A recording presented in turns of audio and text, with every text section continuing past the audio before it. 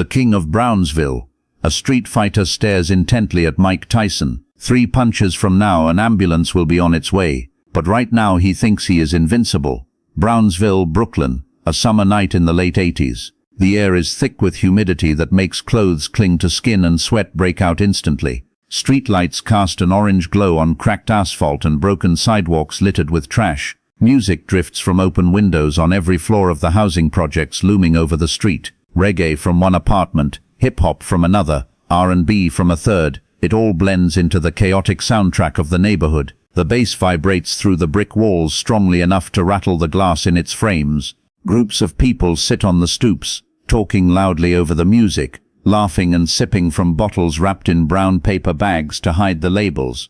Children are still playing, even though it's past 10 p.m., running between parked cars, playing tag, screaming and ignoring parents calling them home to bed. Old men play dominoes on a folding table under a flickering streetlight, slamming the tiles down hard and trading competitive jabs. This is Brownsville. This is the neighborhood where Mike Tyson grew up, the streets that shaped him into who he is. They made him tough and angry before boxing made him skilled and disciplined. They taught him to survive by any means before Cus D'Amato taught him how to fight properly, with technique. The return of the champ. Tonight, Mike isn't here as the heavyweight champion of the world. He isn't here for cameras, interviews, photo ops or PR stunts.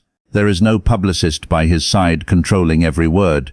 No security constantly watching his back. No assistants with clipboards telling him where to go. He is simply visiting his old block, checking in on the people who knew him before everything changed forever. Before the fame, the money, the title belt, back when he was just a scared kid, small for his age, chubby, wearing thick glasses that other kids mocked. He was bullied every single day by anyone bigger and stronger, regularly taking beatings after school and losing his lunch money every week without fail. Some of these people are still here, living in the same buildings, the same apartments, facing the same poverty and violence. Mike helps when he can. He brings money quietly. No cameras, no press releases, just cash in plain envelopes. He pays someone's overdue rent so they aren't evicted. He buys groceries for families with nothing to eat. He does it all without seeking praise, simply remembering where he came from and looking out for his people. The encounter. He stands by a corner store with 3 guys he grew up with, Marcus, Dante and Jerome. They've known Mike since elementary school. They remember the scared kid in glasses who couldn't fight back. Now they're just talking, sharing news, and laughing at old memories. Remember when we stole candy from Mr. Chen's and he chased us for 3 blocks waving a broom? Remember when we broke Mrs. Rodriguez's window playing stickball? Remember when Dante fell into that open manhole? Mike is relaxed, truly, genuinely relaxed, more than he's been in months. The pressure of being the champion is exhausting, but here, he can just be Mike for a few hours. Not Mike Tyson the Destroyer, but Mike from Brownsville. He's wearing plain clothes, faded blue jeans with a small hole in the knee, a black t-shirt with no logo, and scuffed white sneakers. His only jewelry is a simple Casio watch, nothing that screams I have money. But it's impossible to be invisible now. People pass by and do double takes. Wait, is that Mike Tyson? Yeah, that's him. People approach nervously for autographs, and Mike always says yes, staying polite, signing napkins and scraps of cardboard. He understands it's part of the deal, but in his heart he just wants peace. The challengers. Further down the street a crowd begins to gather. 10 people, then 20, then 30. Voices get louder and more aggressive. It's the kind of crowd that gathers around a fight. Marcus notices first.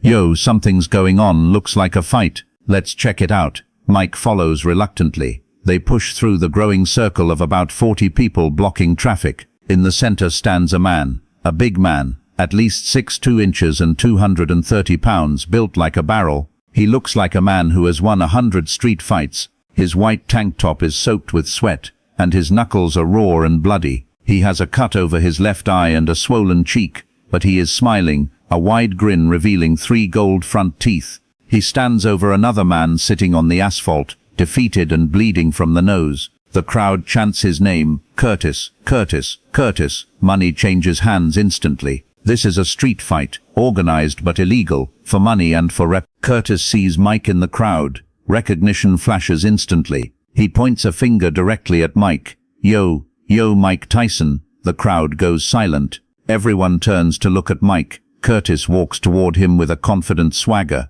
The crowd parts automatically. Mike doesn't move. He stands still, his face neutral. Curtis stops about 5 feet away. "You're Mike Tyson, right? The heavyweight champ?"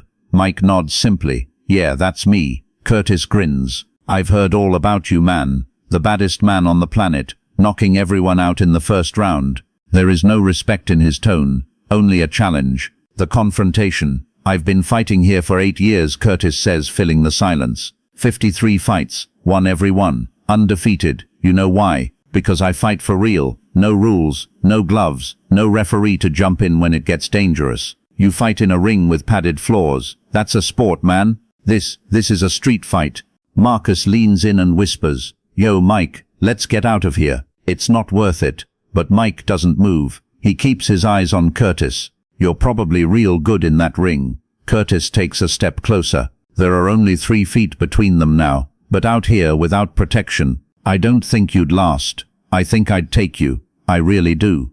The silence is deafening. This is a direct public disrespect. Mike feels that old Brooklyn rage rising, the anger from his childhood. "You don't want to do this," Mike says, his voice low and restrained. Curtis laughs. "Why, you scared, champ?" Mike shakes his head. "You don't understand what you're asking for." Curtis steps into Mike's face. "I do. I'm asking for the chance to beat Mike Tyson's ass right here, to show everyone you're just hype."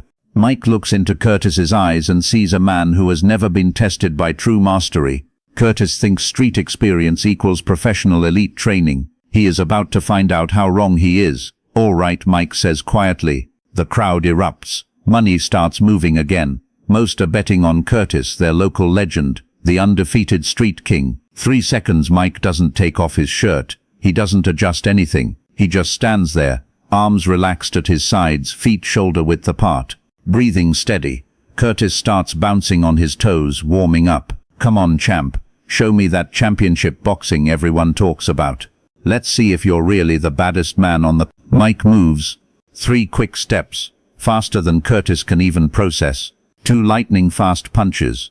The situation is resolved instantly. Curtis collapses. The crowd freezes. Total silence. No one moves. No one says a word. The undefeated street fighter is motionless on the ground. Mike stands there, breathing normally, hands back at his sides. As people finally rush forward and voices rise in shock, Mike turns and walks away into the night. No one stops him. No one says a word. They just watch him disappear at the end of the block. Word spread fast after that night. Curtis recovered. He was okay, but he stopped talking about his record. He stopped challenging people. Those 53 wins felt different now. Sometimes 3 seconds is all it takes to realize the difference between confidence and competence.